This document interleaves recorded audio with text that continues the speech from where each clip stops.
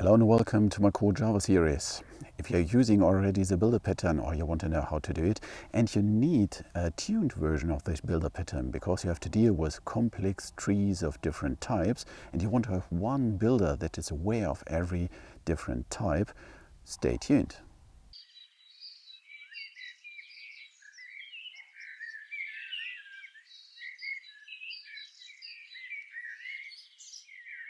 Okay, what we want to solve today. Today we want to solve the challenge if we have a builder pattern that is dealing with complex attributes, so that you are not just adding the attribute, but you can create this attribute in a way that you are just switching builder on the fly without switching to a different builder. So this is a challenge today, how to build a builder that is aware of a tree of different types and how we can combine all this builder so that you have one powerful builder that is aware of the type you are just creating as a child or as an attribute.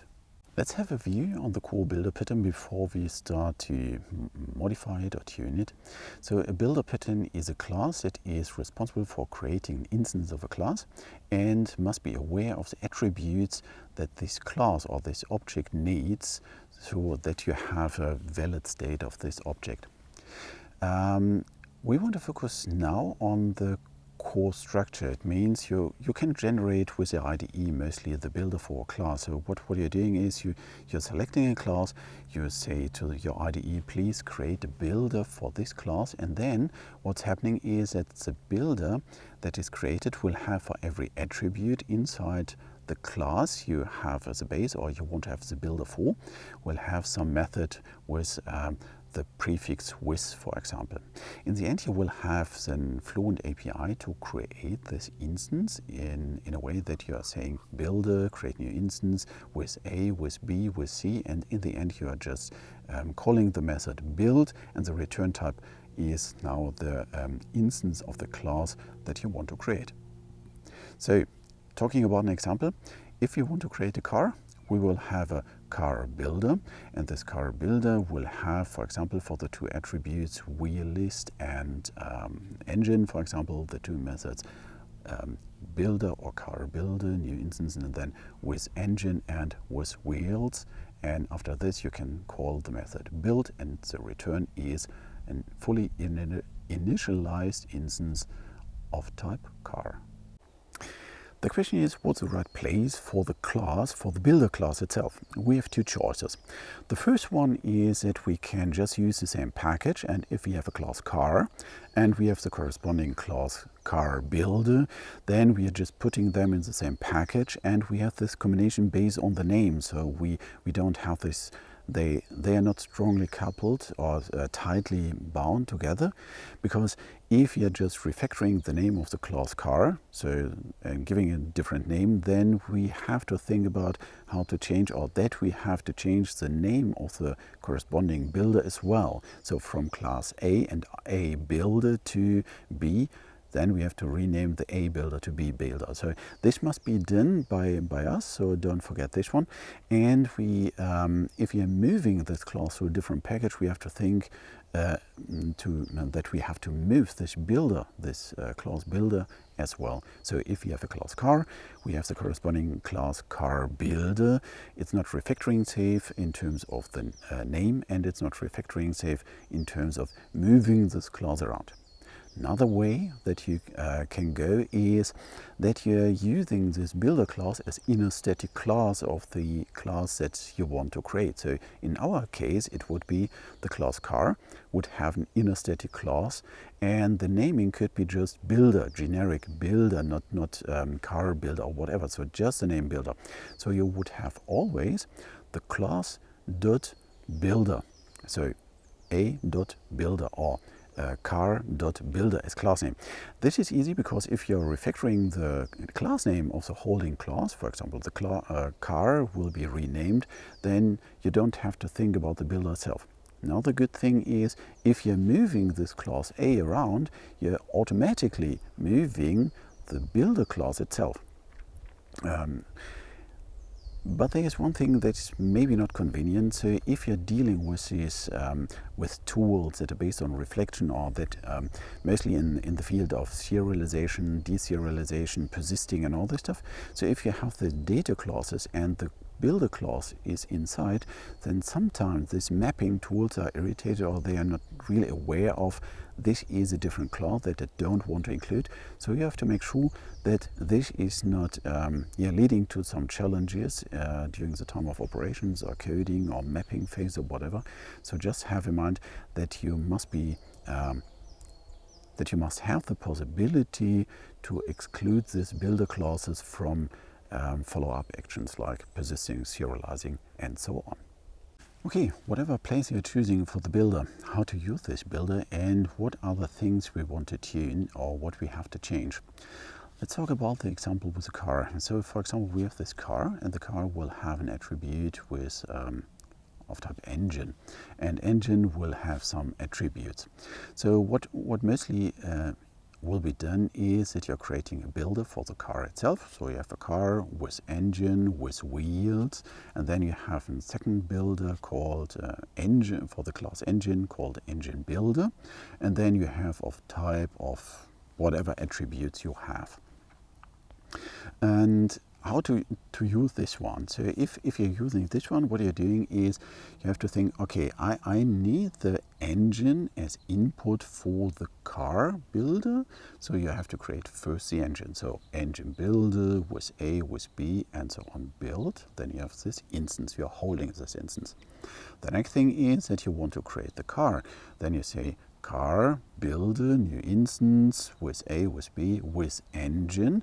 Now you're grabbing this instance of engine and putting it there inside the builder.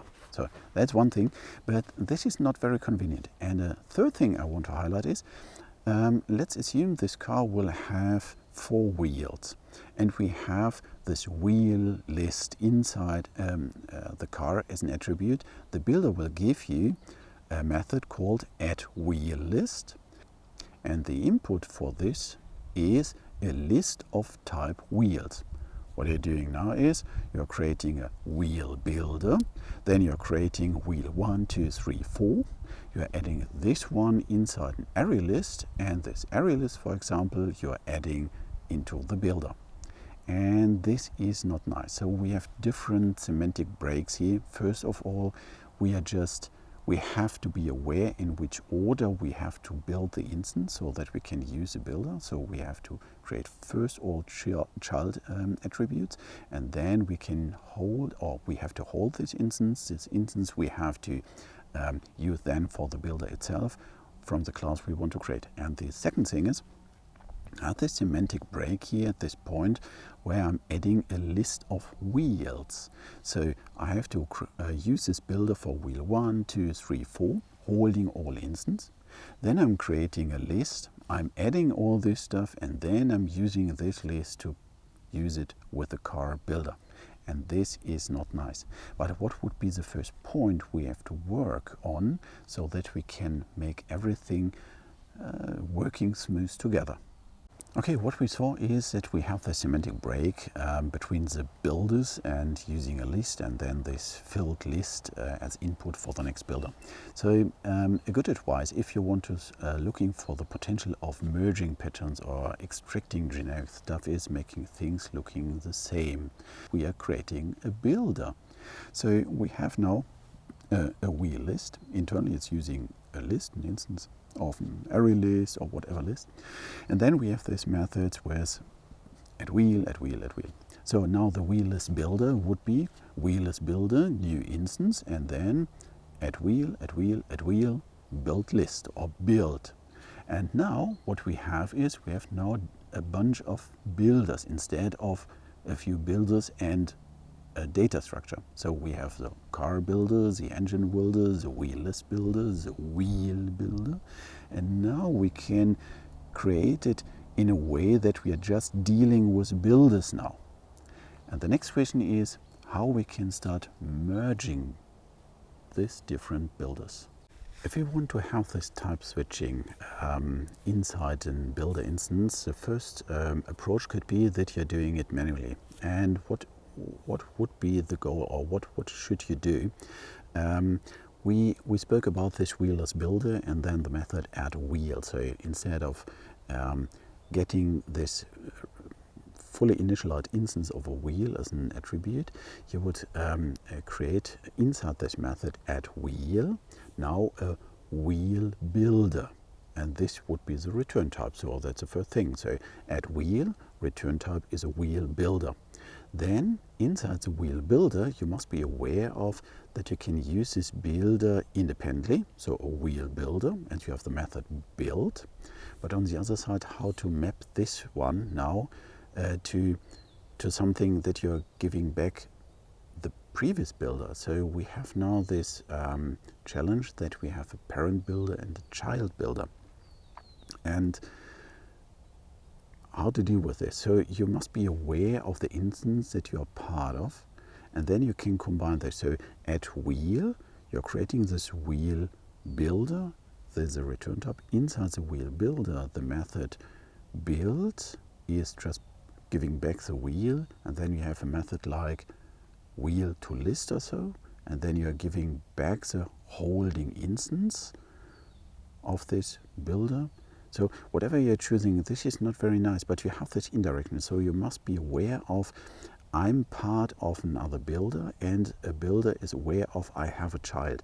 And this is more or less a solution we have to search how we can do this in a generic way. So this combination. So inside the add wheel, we can create an instance. At this point, we know that we are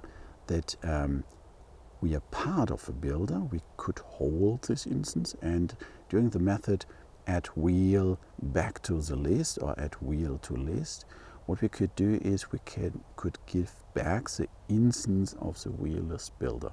So this is what we have to achieve, and this is a manual way. So you're connecting these builders manually, holding the reference of a parent or of the child, and giving back with the method signature this one.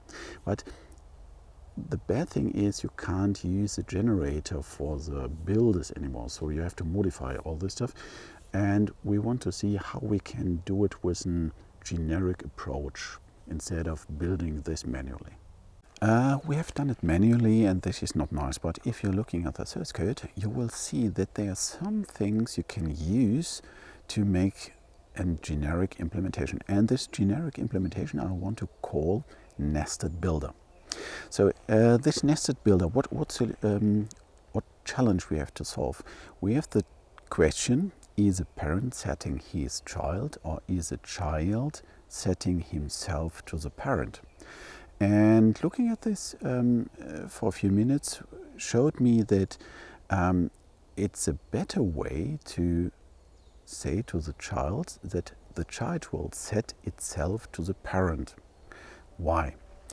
First of all, if you're generating builder, or if you're creating design pattern, it's always good if you have an eye on what IDEs are already generating. And with the builder pattern, the IDEs can generate the whole builder pattern itself, and then you just have to add the stuff to combine this builder. It's more convenient than creating the whole stuff or writing the whole stuff by yourself. I assume that the generator will always create something like a method called build, because this is per definition the final method to create this instance and giving this one back. On the other side, I need something to finalize this construction and setting, doing all the setting stuff. For this, I'm creating the method called done. The next thing is I need inside my builder the instance of my parent class. So a NestedBuilder will have a constructor that is accepting some class or some instance, and from this instance I'm just grabbing the class because I know this is my parent. So I have this abstract class called NestedBuilder, or first of type of my parent, and then I have this method done. Inside this method done, first of all I would say I would grab the class from my parent. So from this parent.get class, now I have the class. The next thing is I assume that there is some naming convention of setting attributes, In this case, just to hold it simple, I'm expecting that if I have an attribute engine, I would have a method called withEngine. If you have a different naming strategy, you should adopt or you should change this behavior at this particular part. But you have to deal with some naming schema so that you can generate the names or the names of the methods that are responsible for setting the instance. In my case, it would be, for example, withEngine or withWheel. If I have this one, I can use reflection now, because I have the parent class. I know that it would start with a prefix with and then the class name of the child class. And with this, I know that I have that I can invoke on my parent the method withEngine, for example. And then I'm setting just myself. And this is what I'm doing here with reflection. And the next thing is method build is abstract, because the original builder implementation generated by the E will have this build method already. So what I'm doing, I'm grabbing from the parent the class. Then I'm creating myself with this.build. Then I'm creating the method name that to have the method name that is responsible at my parent class to set this instance, what I'm by myself. And then I can say parent class get declared method of this method name and this class, this pure reflection, and on this one method.invoke with the instance of my parent and then the attribute I want to set, and this is exactly I'm self. So with this one, I'm now able to set myself with the right method at my parent. That's the thing what we have here. And then I need just a method to declare, okay, I need the combination so that my parent is able to set himself as a father, or and this is called here in my example with parent builder. So the nested builder will have the method done. The method done is invoking the build to create the instance, creating the name of the with method for my parent class, invoking this one, and I'm offering the class for the parent that he can set himself at this point. So creating a parent builder class is now just creating the builder with the IDE, and then you have to add tiny things additionally. For example, all these builder classes, so builder A, builder B, builder C, and then you say at this point builder A, new builder, and with parent this, with the parent of yourself. So everything together will give you the possibility now to be a parent of nested builders. So just a child builder must implement or extend from nested builder, and to implement just nothing. So it's just extending this one, and then the work is done. And on the parent side, you just have to hold this instance and redirecting to this one. So you can use a generator from the IDE to generate 90% of this stuff. You are extracting the setting myself to the parent instance once in a class called NestedBuilder. It's abstract, and the child builder is then adding or is extending from this NestedBuilder but generated by the IDE. Okay, what we saw so far, that a child builder must extend the nested builder. We saw that the parent has to declare just as attributes, as inner attributes, the child builders you want to have. And the good thing with this approach is that if just one side has to extend something, that you now can combine it, because you can be a parent and a child at the same time. With this, we are able to create a complex tree of types, and on every level I have just attributes that I need to define this complex attribute. So this is more or less a nested builder. Make sure that if you're creating design patterns like this, that you first look at the possibilities of your IDE. For example, with this builder pattern, what parts the IDE can generate so that you don't write this boilerplate code. Then try to extend or extract the generic parts so that you have one thing that you can delegate via inheritance. On the other side, make sure if you have this need to build a hierarchy, that just one, the parent or the child, has to extend something and the other side has to declare something. And then it's mostly easy to build this cascaded structures and using at the same time the IDE for the boilerplate code. That's it so far. So this is a nested builder. Try it out by yourself. I will show you some code on GitHub. You saw his basic implementations on the site.